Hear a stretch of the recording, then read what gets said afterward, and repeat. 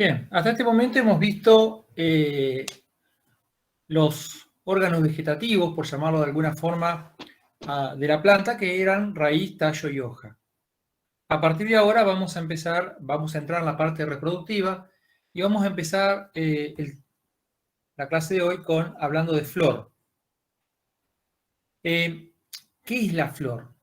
La flor, lo primero que tendemos a pensar es que es un órgano, pero si ya vamos a ver y si pensamos un poquito, la flor es una estructura porque está formado por hojas modificadas para que cumpla la función reproductiva, pero hojas al fin. Entonces, como las plantas no tienen el nivel de organización de aparatos y sistemas, no podemos hablar de órgano o de aparato. Es una estructura. Entonces, la flor es una estructura de las plantas angiospermas, ¿sí? Las únicas que tienen flores son las angiospermas, que está formado por hojas modificadas llamadas antófilos. Recuerden que eran una de las categorías foliares que habíamos visto, y que están dispuestas sobre un braquiblasto o brote corto. Recordamos el tema del braquiblasto, que eran ramas donde los entrenudos eran muy cortos y los nudos estaban prácticamente pegados uno con otro. Entonces, eso es una flor. Es una estructura de las plantas angiospermas formadas por hojas modificadas llamadas antófilos y dispuestas sobre un braquiblasto o brote corto. Plantas angiospermas. Las gimnospermas no tienen flores, las pteridófitas no tienen flores, las briófitas no tienen flores. Las únicas que van a tener flores van a ser las angiospermas. Las otras plantas tienen estructura reproductiva, pero que no alcanzan la organización y la estructura de una flor. ¿Y cuál es la función de la flor? Es la formación de gametas. La flor se va a encargar de la formación de gametas, que son células especiales, para producir o realizar la reproducción sexual. Recuerden que la reproducción sexual en todos los seres vivos es muy importante, ya que le va a dar variabilidad genética. ¿Sí? Si bien una parte, primero que si recordamos un poco de lo que eran las divisiones celulares de la secundaria, vamos a ver de que en la meiosis, que era la división celular encargada de producir gametas, ya se producía alguna especie de recombinación de los cromosomas que mezclaba un poco la información. Y además, después, las gametas van a tener un solo juego de cromosomas que cuando se una la gameta femenina y la gameta masculina, vamos a tener un individuo donde va a ser parecido a los dos padres, pero va a tener un ADN totalmente distinto. Y eso es lo que da la variabilidad genética. Por eso es tan importante la reproducción sexual en todos los animales superiores. En todos los seres superiores. Plantas, animales, hongos, todos intentan la reproducción sexual como forma de cambiar y de adaptarse al medio. ¿Cuáles son las partes de una flor? En principio, una flor consta de 4 o 5 ciclos de pieza, o sea, niveles, por decirlo de alguna forma. En cada uno de esos nudos que va a formar ese braquiblasto corto sobre el que se apoya la flor, va a haber 4 o 5 nudos. En cada nudo se van a depositar un cierto grupo de piezas. 2 ciclos son de protección, los que están más abajo, el cáliz y la corola. Después vamos a detenernos en cada uno de ellos.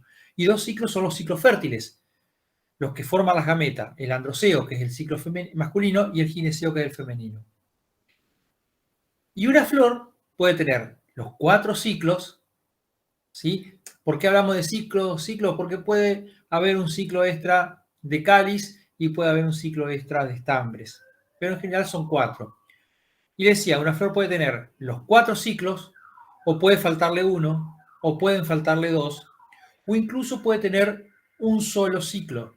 O sea, hay plantas que sus flores tienen un solo ciclo. Generalmente, cuando tiene un solo ciclo, es uno de los ciclos fértiles. Entonces, aquí tenemos un listado, vamos a ir viendo cada uno de estos. El pedúnculo, el receptáculo, cáliz, corola, androceo y gineceo. Los 4 primeros que vimos, cáliz, corola, androceo y gineceo, son los ciclos de la flor, pero hay otras partes. Acá lo podemos ver, ¿sí? Cómo se ubican. Tenemos un pedúnculo, que es una porción de tallo que une la flor al tallo propiamente dicho, y que puede o no estar. Cuando no está, las flores van a ser sésiles o sentadas. Un receptáculo, que es ese braquiblasto precisamente corto, donde se van a ubicar el cáliz, la corola, el androceo y el gineceo. El androceo, el cáliz está formado por sépalos, la corola está formado por pétalos, el androceo está formado por estambres, cada estambre tiene un filamento y una antera, el filamento es esa parte en forma de hilo que sostiene la antera, que es donde se van a producir las gametas. En este caso, primero los granos de polen para después producir las gametas. Y el gineceo, que es el verticilo femenino, está formado por carpelos. ¿Ven? Que acá se notan como que hay unos bordes, unas uniones. Bueno, cada uno de estos es un carpelo que vendría a ser como si fuese un pétalo, pero tiene otra consistencia y otra función. Y tiene esta forma de botellita, el gineceo, donde la parte más engrosada es el ovario. Adentro del ovario van a estar los rudimentos seminales, los óvulos, que van a formar después la semilla. Hay una parte fina y larga que es el estilo, que puede ser muy largo, muy corto, o incluso en algunas flores no haber estilo, depende de la especie, y un estigma, que es esta parte superior, que es la que se va a encargar de capturar los granos de polen que van a empezar a salir de las anteras, y va a tener distintas formas y distintas estructuras. Bien, continuemos. ¿Sí? Acá podemos ver, ya no en un dibujo, sino estos son los pétalos, esto es el cáliz, acá está el pedúnculo, el receptáculo queda un poco camuflado, se pueden ver los estambres y se puede ver cómo el gineceo asoma por arriba, y estos serían los estigmas, ¿sí? Que en este caso los estigmas están como bífido, como separados en dos partes. Aquí también corola, el gineceo que asoma su estigma aquí arriba, los estambres. Acá también podemos ver el estigma muy alto, muy largo, ¿sí? La corola, cáliz, pedúnculo, raquis. Bien, antes de empezar a analizar cada uno de estos verticilos, vamos a ver algunas cosas, algunos conceptos que después, a medida que vayamos, si no quedan bien claros ahora, a medida que vayamos avanzando, se van a empezar a entender. Las flores, de acuerdo a la cantidad de verticilos, yo dije que podían tener los 4, podían tener 3, 2 o inclusive 1, van a recibir distintos nombres. Y tenemos las flores completas, que son las que presentan los 4 verticilos: cáliz, corola, androceo y gineceo. Por ejemplo, la rosa. Flores incompletas que carecen de al menos uno de los verticilos. Uno. Pueden no tener cáliz, pueden no tener corola, pueden no tener androceo, pueden no tener gineceo. Por otro lado, ya un poco más específico, son las flores perfectas. Flores perfectas, monóclinas o hermafroditas. Son las flores que presentan androceo y gineceo. Recuerden, completo tiene todos los ciclos, incompleto le falta alguno de los ciclos. Las flores completas pueden ser, o sea, las flores completas son perfectas, pero algunas flores incompletas pueden no ser perfectas, pueden también ser perfectas, porque para que una flor sea perfecta tiene que tener los 2 verticilos fértiles. Puede faltarle cáliz y corola, o incluso puede faltarle cáliz y corola y seguir siendo una flor perfecta. Por otro lado, la flor imperfecta, diclina o unisexual es cuando carece de androceo o de gineceo. Por ejemplo, el ombú, la fitolaca dioica, que tiene flores femeninas o flores masculinas. Por ejemplo, el maíz, que tiene flores masculinas y flores femeninas. ¿Sí? Son imperfectas, aunque tienen cáliz y corola, pero le falta el androceo o el gineceo. Las flores diclamidia es cuando tienen cáliz y corola. Clámide, la palabra clámide, de donde viene clamidias, clámide significa vestido en latín. Entonces, diclamidia es que tiene los 2 vestidos, el cáliz y la corola. Las monoclamidias presentan uno solo, el cáliz o la corola. Y hay flores desnudas, flores aperiantadas, desnudas o aclamidia. A no, y es una negación, que no tienen vestido. O sea, no tienen ni cáliz ni corola. Ya vamos a ir viendo cada uno de estos tipos. Ahora sí, parte de una flor. El pedúnculo, ya le dije, esa estructura cilíndrica es la parte del tallo que sostiene la flor. Puede o no estar. El receptáculo también lo vimos. Pero vamos a detenernos en los 4 verticilos de la flor. El cáliz es el primer verticilo de protección. Es el primer verticilo y es el primer verticilo de protección empezando de abajo hacia arriba. Está formado por sépalos que generalmente son de color verde. ¿Sí? Pueden ser más o menos importantes, grandes, hay algunos cáliz que son muy chiquitos, pero son de color verde. Si los sépalos, estas hojitas modificadas que forman el cáliz, están libres, están separados, el cáliz se va a llamar cáliz dialisépalo, o sea, un cáliz con los sépalos libres. Diali es libre. Como por ejemplo el jazmín de Madagascar, el lino, ahora vamos a ver algunas imágenes. Ahora, si los sépalos están unidos, están soldados, formando una sola estructura, sabemos que hay 3, 4, 5, 6, pero están todos unidos, no los podemos diferenciar uno por uno, estamos hablando de un cáliz gamosépalo, como el caso de Tecoma capensis, que aquí lo tienen. ¿Ven? Aquí, ¿ven que están libres los sépalos, bien separaditos uno de otro? Aquí lo mismo, miren, acá tenemos un sépalo, acá hay otros, por supuesto, en la base van a estar unidos porque están todos unidos al receptáculo, pero en la mayor parte están libres. Pero en cambio, en esto que es Tecoma, que es un arbustito ornamental, fíjense que acá están unidos, forman como una sola estructura. ¿Ven? Apenas este extremo, este ápice es el que queda libre, pero en general la mayor parte están unidos. Entonces, eso es un cáliz gamosépalo y estos son cáliz dialisépalos. En algunas especies, y esto nos va a servir para identificarlas o para guiarnos en el momento de la identificación, algunas flores hay como un conjunto de brácteas, ipsófilos, ¿se acuerdan? La categoría foliar anterior a los antófilos.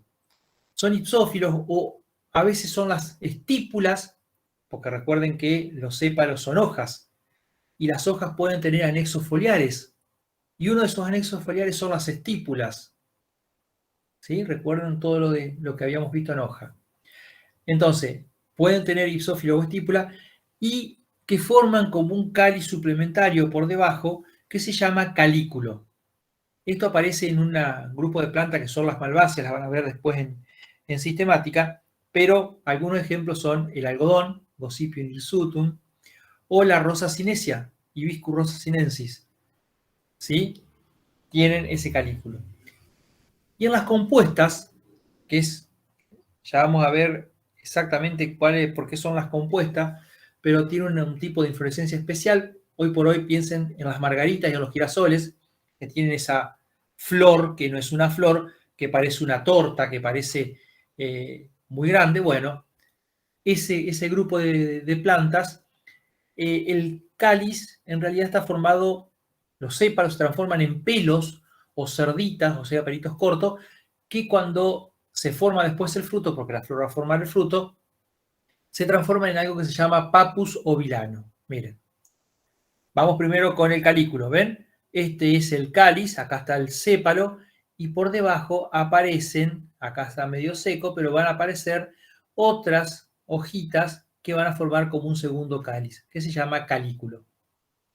Y en las compuestas que después tienen los panaderos, ¿sí? Los panaderos, los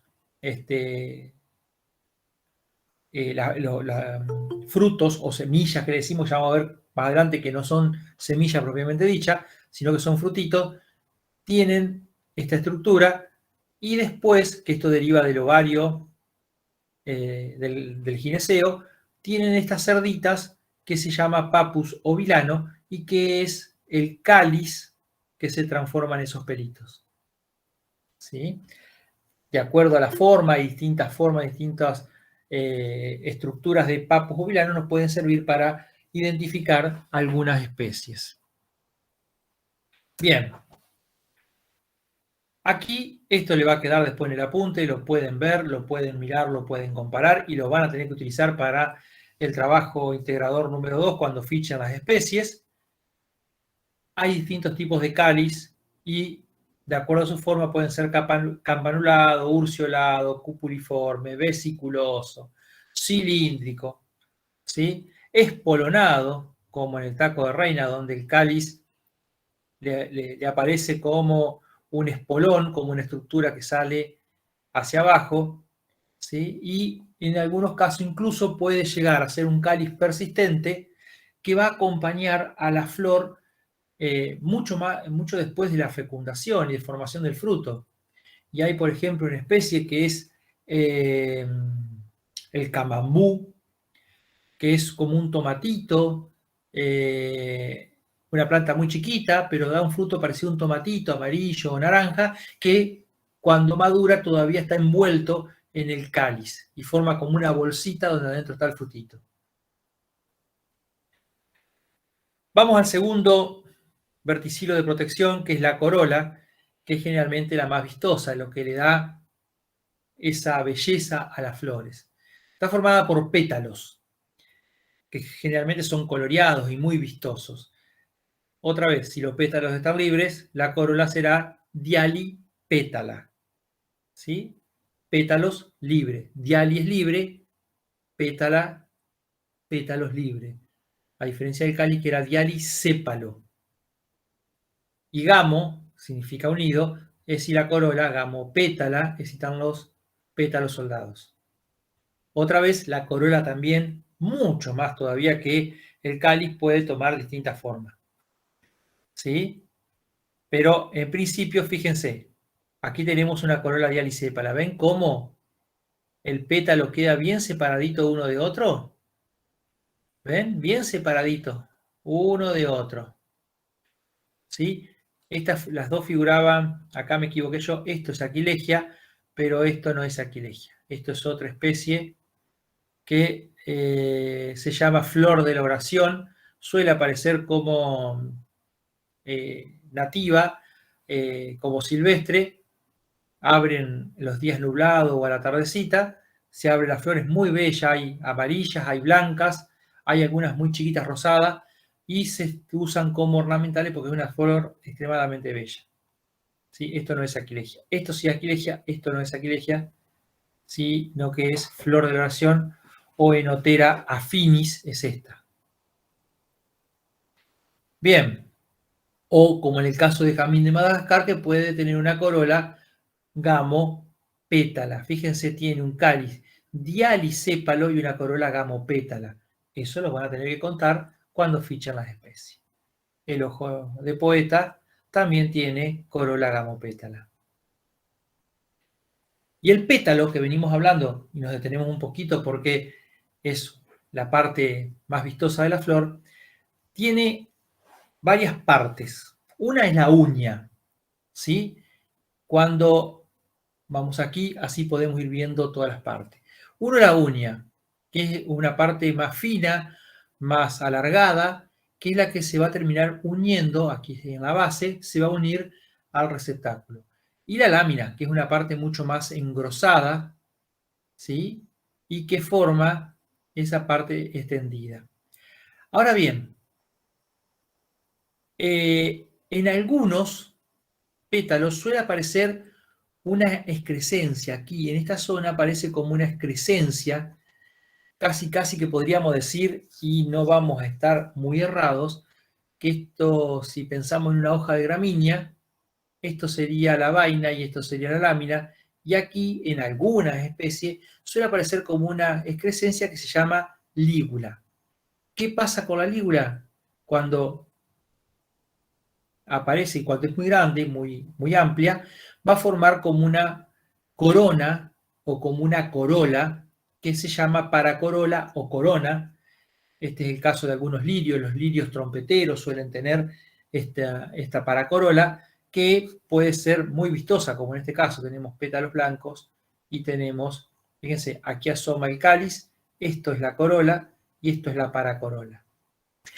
En otras especies, por ejemplo, la espuela de caballero, la aquilegia, suele aparecer como una protuberancia en los pétalos, ¿sí? Que se llama espolón, ¿sí? Espolón, es una abolladura. Ahora bien, ojo que ese espolón que aparece en el Trophaelum majus, que es el taco de reina, no es un espolón de la corola, es un espolón, ya lo vimos, del cáliz, ¿sí? El espolón puede ser de los pétalos o de los sépalos. ¿Vieron cómo se va complicando el tema de la flor? Bien, tipos de corola tenemos muchos, más le dirías que en el caso del cáliz. Pero vamos a ver algunas. Acá yo les dejo algunas, pueden aparecer muchas otras. Por ejemplo, una corola ligular, que es una corola que forma como una lengua, ¿sí? Ya la vamos a ver cuando veamos inflorescencia la próxima clase. Infundibuliforme, tiene forma de embudo, como el caso de la campanita azul, la hipomoea. Puede ser como forma de campana. Fíjense que no es lo mismo esto. Le dicen campanilla azul, pero en realidad la corola es infundibuliforme. Esta, que es del género Campanula, que es otra especie de flores, tiene forma bien de campana. Cruciforme, los alelíes, los rabanitos, repollos, brasicas, suelen tener esto que son, es una corola formada por 4 pétalos bien dispuestos en cruz. Tubular, papilionada, que es la flor de muchas, ya la retomamos después en un ratito, pero es la flor de muchas leguminosas como el ceibo, como la arvejilla, como, no me quiero equivocar porque tenemos muchas leguminosas en nuestra zona, nativas, que tienen otro tipo de corola. Por ejemplo, el chañar tiene otro tipo de corola, la cesalpiña tiene otra, pero la gran mayoría de los árboles y que forman chauchas tienen una corola de este tipo. La viada, que es la de muchas aromáticas, menta, salvia, suelen tener esta corola que forma como una lengua, no es como esta, sino que forma como un labio, como una boca, ¿sí? Una boca con su lengua. Y las corolas aclaveladas como las del clavel. Hay muchos más. Acá nos están faltando, pero hay muchos más. Y la corola papilionada, nos vamos a detener un ratito, porque es esta que veíamos aquí, es muy interesante. Tiene 5 pétalos, pero tenemos un pétalo superior que se llama estandarte, 2 pétalos a los costados que son las alas, que pueden ser muy grandes o muy chiquitas. Fíjense acá, este es el estandarte, las alas apenas asoman, y abajo hay 2 pétalos unidos, soldados, como en forma de botecito, como en forma de cuchara, como una bañadera que aparece aquí abajo, que se llama quilla.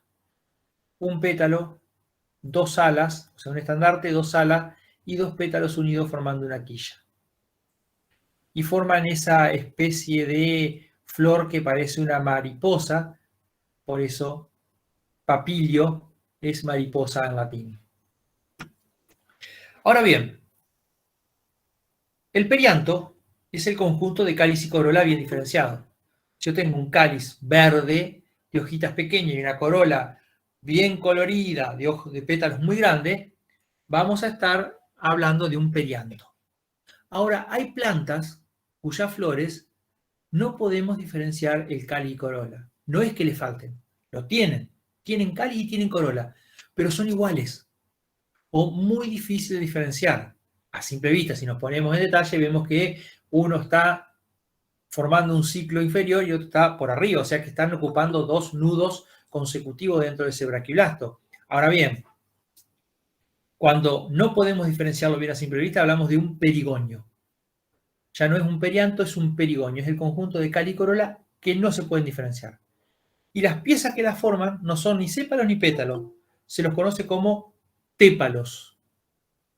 ¿Sí? El perigonio también puede ser dialitépalo o gamotépalo.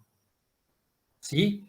Ahora, si los pétalos son verdes, si los tépalos son verdes y con aspecto de cáliz, o sea, son verdes, chiquitos, no muy bonitos, estamos hablando de un perigonio calicino, ¿sí? Que se parece a un cáliz. Por el contrario, como pasa en el gladiolo, donde todos son muy coloridos, muy vistosos, estamos hablando de un perigonio corolino, porque se parece a una corola. Las partes siempre van a ser pépalos. ¿Sí? Pépalo. Bien, te dije que ahora íbamos a avanzar con los ejemplos. Las flores desnudas. Las flores desnudas que no tienen ni cáliz ni corola, que también existen. ¿Sí? Tienen androceo y gineceo. Bueno, acá están viendo una flor de salix. No tiene cáliz ni corola, pero encima del salix tiene flores femeninas y masculinas. Estas aparentemente son flores masculinas, porque acá asoman los estambres, no tienen ni cáliz ni corola y estas no tienen. Todo esto es una inflorescencia, un conjunto de flores. Cada flor es esta. Esto es una florcita, esto es otra, esto es otra. Pero acá las flores no tienen ni cáliz ni corola. Son flores aperiantadas, desnudas o aclamidias. Monoperiantadas o monoclamidias. Este es el caso de clematis, ¿sí? Fíjense que pareciera como que hay dos ciclos, pero en realidad no, es uno solo, que son sépalos petaloides. Esto acá en realidad está mal. Acá falta la corola, ¿sí? Y el cáliz toma el aspecto de corola, es coloreada. Falta la corola, pero la vistosidad es reemplazada por los sépalos. Son sépalos. Acá no hay tépalos. No es que estamos hablando de un perigonio, estamos hablando de un perianto, pero monoclamidio. Desapareció la corola, quedó solamente el cáliz. Que cuando las flores son, en general, monoclamidias, el que queda es el cáliz. En general, puede haber excepciones, no me acuerdo ahora. Pero este clematis tiene todo sépalos de un cáliz. Son sépalos petaloides. Y después tenemos corolas heteroclamidias o diclamidias, bien diferenciadas. Fíjense, hibiscus, cáliz, corola, los conejitos, ¿sí? No, esto es una rosa. Estos son los pétalos de rosa, parece un conejito, bien diferenciado. En el tajetes, los copetes, también van a tener cáliz y corola bien diferenciado. O sea, acá hay flores heteroclamidia, con cáliz y corolas bien diferenciadas. Pero le decía, puede haber flores con perigonio. ¿Sí? Diclamidias, porque tienen cáliz y corola, pero son muy parecidos. Fíjense, acá no podríamos decir cuáles son cáliz y cuáles son corola. Pero el cáliz ahí abajo no está. Acá hay fíjense, esto es cáliz y estos que están más adentro son corola. 3 pétalos, 3 sépalos. 1, 2, 3 pétalos, 1, 2, 3 sépalos. En realidad, todo el conjunto van a ser 6 tépalos, pero fíjense que son prácticamente iguales. Corola, cáliz. Y encima la corola con una paracorola o corona. Acá lo mismo. Hay un poquito de verde acá, pero fíjense que no hay un cáliz. Esto es cáliz, esto es corola. Homoclamidia. Dejamos los verticilos de protección, pasamos a los verticilos fértiles y tenemos el androceo. El androceo es el verticilo fértil masculino. ¿Sí? Es el que va a producir las gametas masculinas. Está formado por estambre. Como ya vimos antes, el estambre se divide en un filamento, que es la parte estéril, que es como un soporte, como una especie de tallo en forma de hilo, y la antera, que es la parte ensanchada, ¿sí? Y la parte fértil. Un estambre puede tener, generalmente va a tener dos tecas, o sea, la antera se divide en dos mitades, que son como dos bolsas ovaladas. La mayoría de las especies tienen dos tecas, pero puede haber algunos casos que tienen una sola teca, que es donde adentro de esas tecas se encuentran los sacos polínicos, que es el lugar donde se va a producir el polen. Y su función es producir gametas masculinas.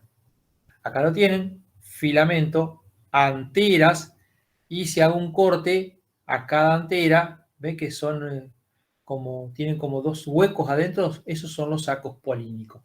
Ahí adentro van a estar las células que van a dar origen a los granos de polen. Cuando esto madura, esta antera se rompe, no es que explota, sino que cada especie otra vez va a tener un tipo de dehiscencia es apertura, dehiscencia de esa antera que puede ser longitudinal, poricida, transversal, puede romperse de distinta forma, pero siempre igual en cada especie. Los androceos, de acuerdo a cómo se disponen sus estambres, reciben distintos nombres. En realidad acá vamos a ver algunos, porque hay algunos que no tienen ninguna particularidad. Por ejemplo, pueden tener 5 estambres y ser un androceo con 5 estambres, y eso no tiene ningún nombre. O con 4 estambres, todos iguales, todos bien distribuidos en la flor. Pero vamos a ver que hay algunos grupos de plantas que tienen alguna disposición muy interesante, que por un lado nos va a servir para identificar la especie o para ubicarla, porque es común a la familia o a los grandes grupos. Por ejemplo, el androceo didínamo tiene 4 estambres, todos libres. Es un androceo dialistémono. Dialistémono quiere decir que tiene los estambres libres. Diali, recuerden que siempre es libre. Y tiene 2 estambres con filamentos largos y 2 estambres con filamentos cortos. Por ejemplo, acá yo le puse como ejemplo el Antirrhinus majus, pero la llamarada puede ser la pirostegia, que es una enredadera de flores naranjas, también tiene estambres didínamos, ¿ven? Acá en este esquema tenemos 2 estambres cortos, este, y 2 estambres más largos. Si lo vemos en un esquema más esquemático aún, 2 largos y 2 cortos. Esta en realidad es una flor de pirostegia, que es esa enredadera que le llaman llamarada, o algunos también le dicen vignonia anaranjada, o la vignonia rosada también tiene androceo didínamo, pero si hacemos un corte vemos que hay 2 cortitos y 2 más largos. Tetradínamo, recuerden, didínamo, di es 2, 2, 2. El tetradínamo tiene 4 largos y 2 cortos, o sea, tiene 6 estambres libres. También es un androceo de aristémano. Por ejemplo, el caso del alelí. Y aquí, esto es una flor de un repollo. Fíjense, acá hay 4 estambres largos. Y acá tenemos un estambre cortito. Este y otro que está escondido aquí atrás. 4 largos llegan casi a la altura del gineceo, 2 cortitos que quedan más abajo. No es que unos van a quedar perdidos acá dentro de los pétalos y los otros van a asomar por allá arriba. La diferencia es muy sutil, pero si los miramos bien, vamos a poder ver algo más o menos así. 4 largos, 2 cortos. Androceo tetradínamo. Muy común en toda la familia de las crucíferas o brasicáceas, que son los repollos, coliflores, brócolis, rabanitos, alelíes dentro de los que nos interesan a nosotros, nabo, mostaza, que son todas las crucíferas. Después tenemos plantas que tienen 5 estambres libres, 4 estambres libres, no hay ninguna, y todos iguales, no hay ninguna diferencia. Pero ahora vamos a algunos estambres ya gamostémonos, que son los que su filamento y o sus anteras se unen. Y el primero que vemos es el androceo monadelfo, donde todos los filamentos de los estambres se unen para formar un tubo. ¿Ven? El caso de la rosa cinesia, ¿ven? Aquí aparece el estigma, que tiene 5 botoncitos. por adentro de este tubo que forman los filamentos de los estambres, va el estilo de este androceo. Pero después, todo esto que aparece acá no es el estilo, es el tubo que forman los filamentos de todos los estambres, que solamente se dividen un poquito en el extremo para sobresalir. Pero después todo esto son filamentos unidos. Y todos unidos en un solo grupo. Por eso es monadelfo. Diadelfo tenemos dos grupos de estambres unidos. Pero acá es un grupo medio raro. Porque en realidad esto aparece en muchísimas leguminosas. Otra vez, todas las que forman chaucha. Acá esto aparece en la arvejilla, en el ceibo, en la tipa, ¿sí? Donde tenemos un grupo de 9 estambres que sus filamentos están unidos, forman un grupo de 9, y uno que queda solito. 9 estambres, fíjense, están todos los filamentos unidos, acá aparecen solamente en el extremo y se pueden ver las anteras. Este es el gineceo y este queda por acá abajo solito, un estambre libre. Dos grupos, un grupo, otro grupo. Usted vea un grupo de uno y es un grupo.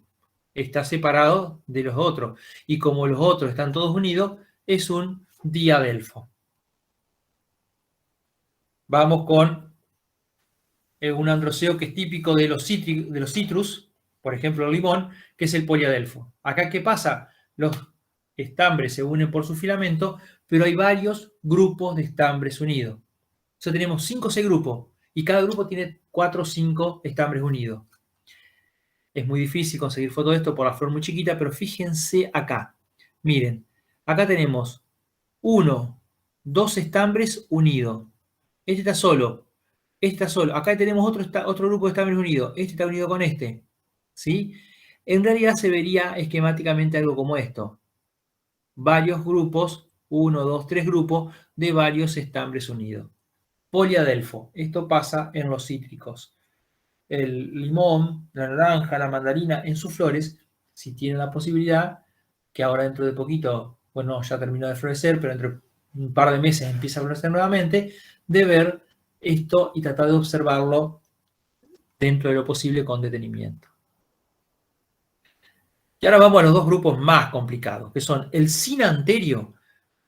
No tengo foto de esto, es muy difícil conseguir foto. Cinanterio, que es un tipo de androceo gamostémono, donde los estambres están más o menos soldados, parcialmente soldados.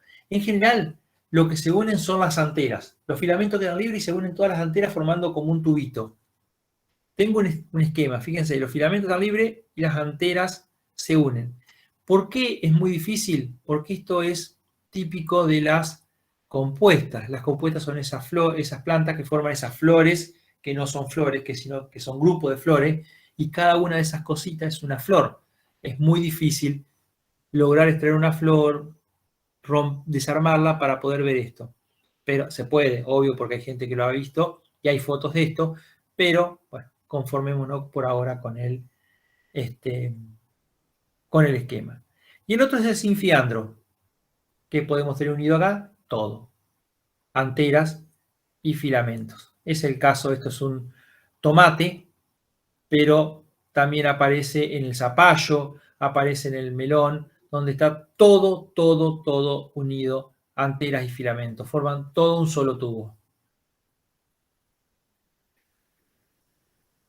Bien, siguiendo con la clasificación de androceo, tenemos estambres epipétalos, que están los estambres pegados a los pétalos, o estambres epíginos, que están pegados al gineceo. Y creo que por aquí terminamos con androceo. Y vamos al gineceo, la parte femenina. Ya estamos terminando, queda poco. El gineceo es el verticilo fértil femenino. Está formado por carpelos, ¿sí? Acá las piezas que lo forman siguen siendo hojas modificadas, hojas florales, pero acá forman esa especie, esa estructura un poco más carnosa, más gruesa, que es el carpelo. Produce las gametas femeninas, tiene forma de botella y consta de 3 zonas. Ya la vimos, la basal ensanchada es el ovario, el estilo y el estigma. En este caso, el gineceo también puede ser gamocarpelar o dialicarpelar. Si durante todo el ciclo, incluso hasta que forma el fruto, el gineceo y los carpelos siguen unidos formando una sola estructura, es gamocarpelar o sincárpico. Ahora, si por algún motivo, durante la floración o después de la fecundación, durante la formación del fruto, los carpelos se dividen, vamos a tener un gineceo dialicarpelar. Aquí tenemos esquemáticamente apocárpico y sincárpicos, gamos carpelares, dialicarpelares. ¿Sí? Dialicarpelares, fíjense cómo están todos separados los carpelos, aquí se ven que forman prácticamente estructuras libres, acá están separados y acá están todos pegados. ¿Sí? Las flores también las podemos clasificar de acuerdo a la posición del ovario y esto es importante después porque de acuerdo a la posición del ovario me van a formar distintos frutos. Entonces tenemos, flores hipóginas o de ovario súpero, donde todas las piezas salen por debajo del ovario. Lo que corresponde, cáliz en el nudo superior que sigue corola, en el nudo que sigue los estambres, en el último nudo el gineceo. Pero ¿qué pasa? En algunos casos, esas son las flores hipóginas o de ovario súpero. Hipo significa debajo, gino es ovario, debajo del ovario. Toda la flor está debajo del ovario. Hipóginas o de ovario súpero. Pero tenemos algunos casos donde el receptáculo, que es ese braquiblasto que sostenía todas las piezas, crece, forma como una copa y empieza a subir rodeando el ovario. Y por supuesto lleva el resto de las piezas hacia arriba. Si esto pasa, este crecimiento llega hasta la mitad del ovario y el ovario, digamos, queda como semi-enterrado, tenemos flores períginas o de ovario semínfero, que es el caso del eucaliptus. El eucalipto tiene este tipo de flores. Cuando veamos fruto lo vamos a ver cómo se nota muy bien en el fruto. Pero hay casos donde el ovario sigue creciendo, el receptáculo sigue creciendo y envuelve totalmente el ovario. Y todas las piezas salen por arriba del ovario. Son las flores epíginas o de ovario ínfero. Y muchas veces ese receptáculo, ¿sí?, es muy importante, se hace muy carnoso y se llama hipanto en las flores. Después se transforma en fruto. Es más, normalmente el fruto es el ovario, ya lo vamos a ver en las próximas clases. El fruto es el ovario que se desarrolló después de la fecundación. Pero hay casos, por ejemplo, en la manzana, donde justamente nos comemos el receptáculo que creció y envolvió el ovario. Y el ovario, transformado en fruto, lo tiramos. En la pera pasa lo mismo, en los zapallos pasa lo mismo, que tienen, digamos, en el caso del zapallo, la cáscara que le decimos al zapallo es en realidad el receptáculo, el fruto es lo de adentro, pero ya lo vamos a ver en detalle cuando entremos a fruto.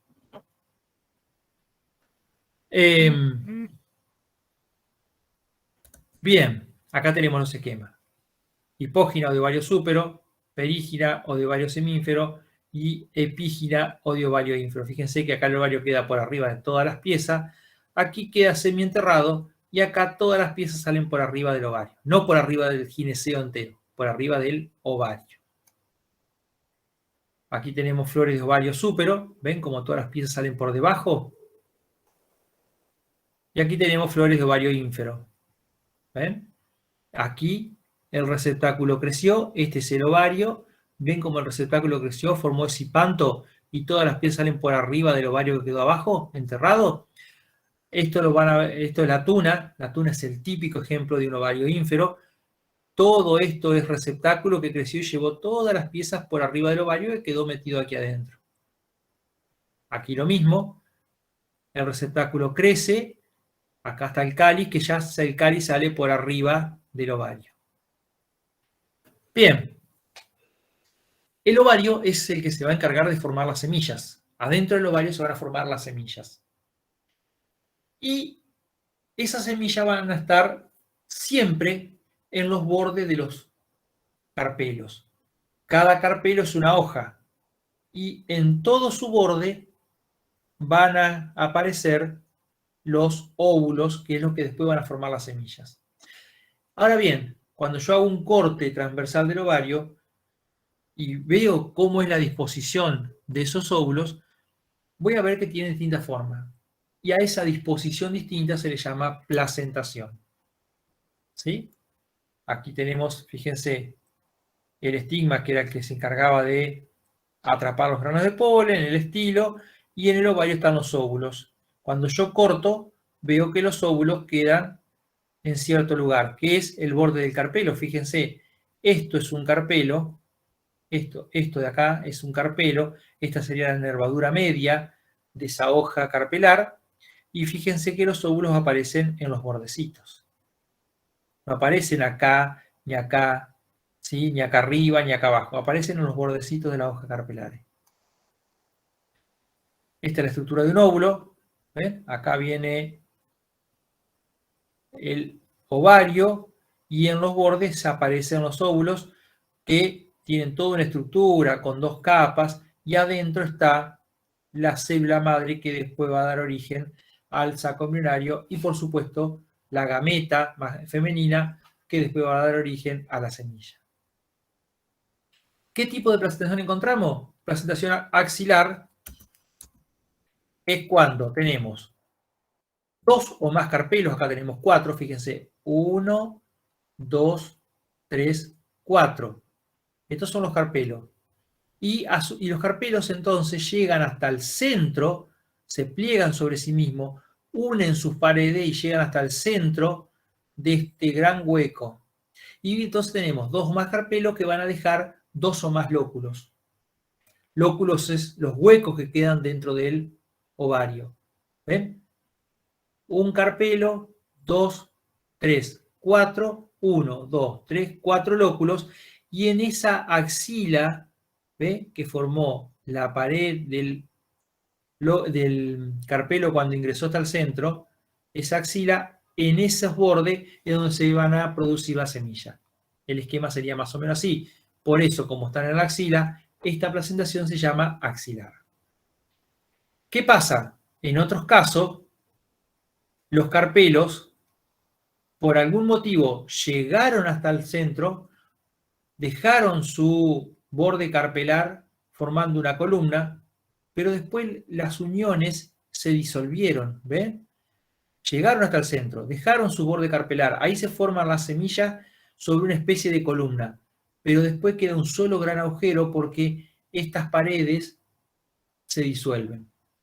Entonces tenemos dos o más carpelos, un lóculo muy grande y sobre una columna central aparecen las semillas. Placentación central, como pasa por ejemplo en el kiwi.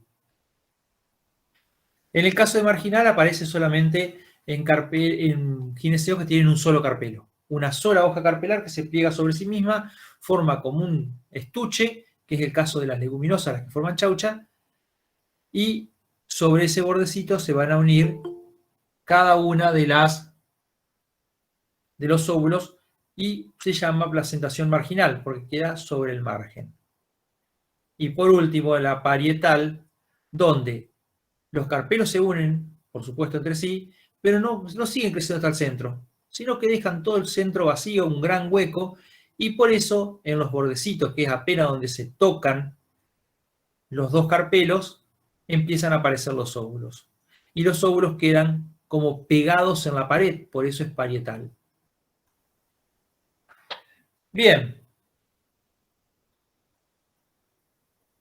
Así como vimos perigonio y perianto y perigonio, ¿qué pasa con la sexualidad de las flores? Las flores pueden ser hermafroditas, cuando tienen androceo y gineceo, unisexuales, cuando son masculinas o femeninas, y neutras, lo cual es muy pocos ejemplos, en este momento no me acuerdo ninguno, cuando no tienen ninguno de los dos sexos, o sea que tienen solamente cáliz y corola. Es muy raro, pero suele pasar, pero puede pasar. Ahora bien, las unisexuales, cuando las flores están en la misma planta, se dice que la planta es monoica, es diclina monoica. Diclina porque tiene flores diclina y monoica porque están en el mismo pie. Por ejemplo, el caso del maíz. El choclo, la espiga que nos comemos, son las flores femeninas. y el penacho que aparece arriba son las flores masculinas. En otras especies puede ser que las plantas sean diclinas dioicas, o sea, que sean unisexuales pero que estén en distintas plantas. Por ejemplo, los sauces, por ejemplo, el ombú, por ejemplo, los fresnos, algunos fresnos. Bueno, flores hermafroditas, flores hermafroditas, flores hermafroditas, ¿ven? Todas son flores hermafroditas porque tienen cáliz y corola. Perdón, androceo y gineceo, perdón. Acá tenemos esquema, flores diclinas en plantas dioicas, masculina, femenina, flores diclinas en plantas monoicas. Lo que le decía, flor femenina del sauce, perdón, flor masculina, flor femenina del sauce, ¿sí? Esta es una planta diclina dioica. Diclina monoica, el maíz, lo que les decía hace un ratito. Y ya como para terminar y algunas últimas cositas que nos van quedando, una forma también rápida de identificar monocotiledoña y dicotiledoña es por la cantidad de piezas. Habíamos dicho, cuando vimos raíz, generalmente las monocotiledoñas tienen raíces fibrosas, fasciculadas, y las dicotiledoñas raíces pivotantes. Cuando vimos hoja dijimos, generalmente las dicotiledonias tienen hojas retinervadas o palmatinervadas, o sea, perdón, pinatinervadas o palmatinervadas. Y las monocotiledonias tienen hojas curvinervadas o paralelinervadas. Y acá pasa algo parecido.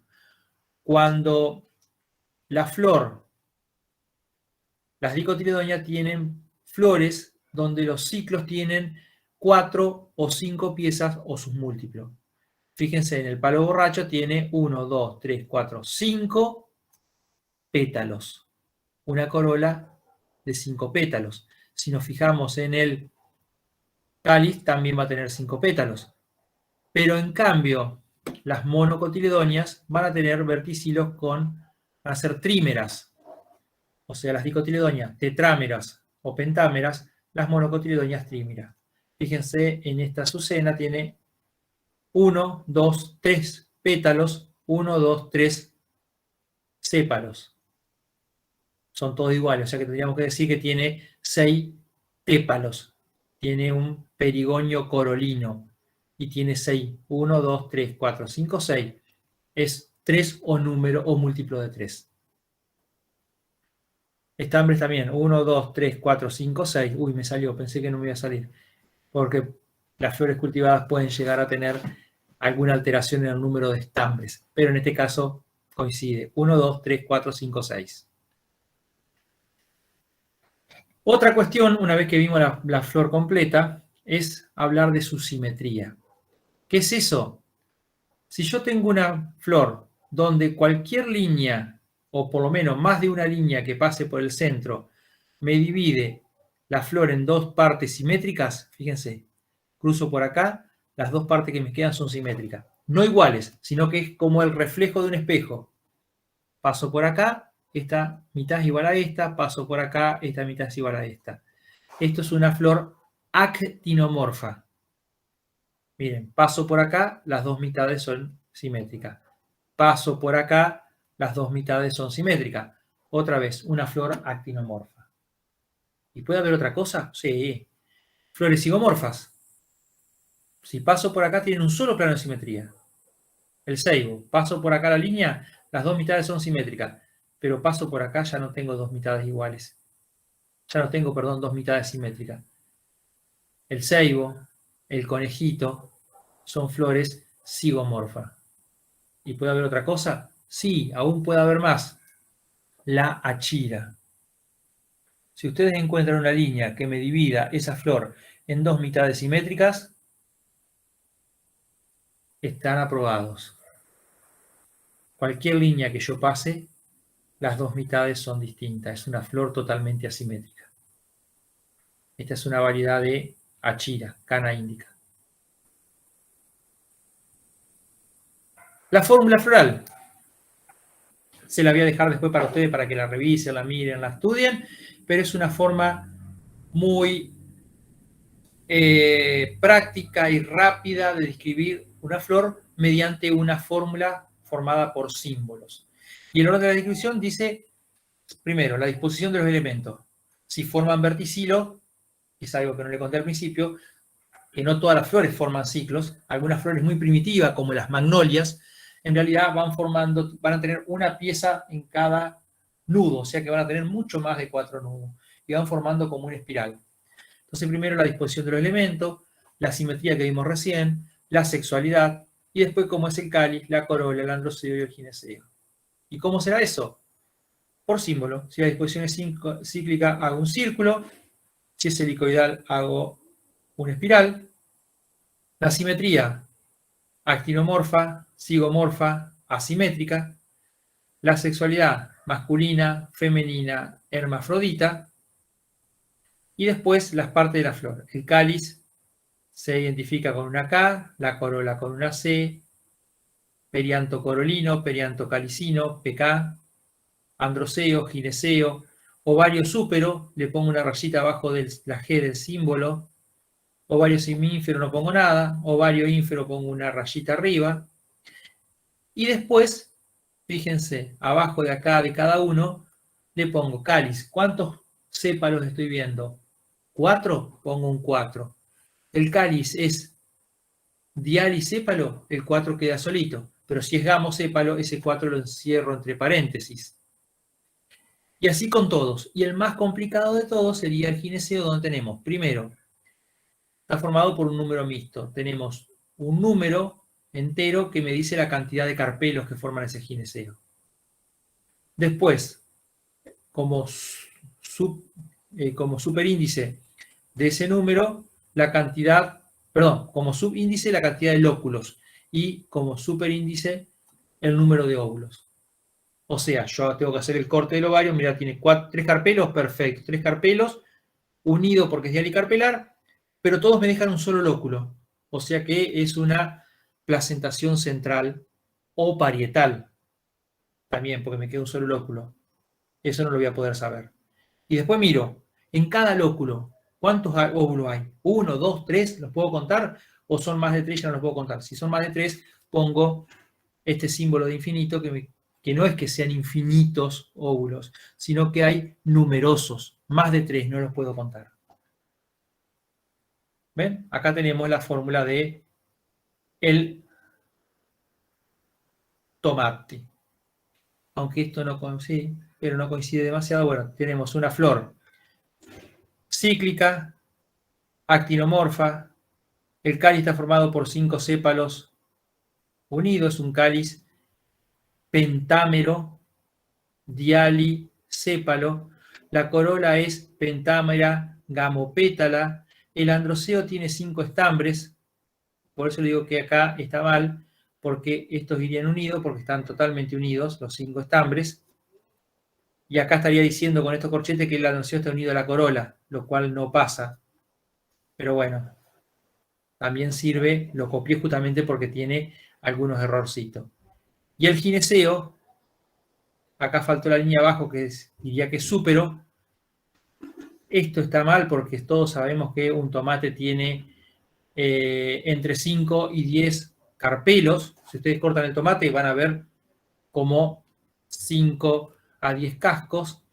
Sí tiene numerosas semillas y tiene y tiene tantos carpelos como lóculos. Aunque esto podría llegar a ser un tomate perita que por ahí sí tiene 2 lóculos. ¿Está? Y acá terminamos.